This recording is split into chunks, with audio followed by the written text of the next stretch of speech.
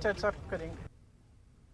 लखीमपुर सान्हा पर सदर जमहूरिया रामनाथ कोविंद से कांग्रेस वफ्द की मुलाकात पर मरकजी वजीर मुख्तार अब्बास नकवी ने तंज किया। उन्होंने इसे सियासी परेड करार दिया है। इस हवाले से न्यूज़ 18 से खास बातचीत की। परिवार की पॉलिटिकल परेड है और उस परिवार की पॉलिटिकल परेड का एक कंपटीशन चल रहा है। कांग्रेस की स्थिति ये हो गई कि बिना कैडर की कांग्रेस हो गई है।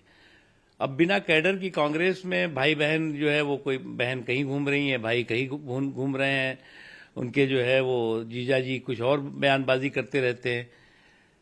तो ये जो ये परिवार का जो पॉलिटिकल परेड है, इससे जो है वो किसी तरह का उनको कोई फायदा होने वाला नहीं है। मजबूती के साथ कानून अपना काम कर रहा है, जो गुनाहगार होगा वो बचेगा नहीं, ये बात उनको भी अच्छी तरह मालूम है।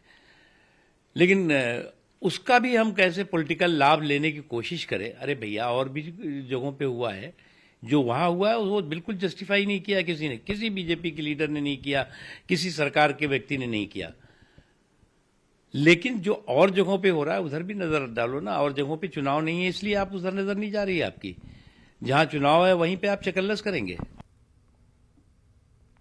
लखीमपुर सान्हा पर एसपी सरबराह अखिलेश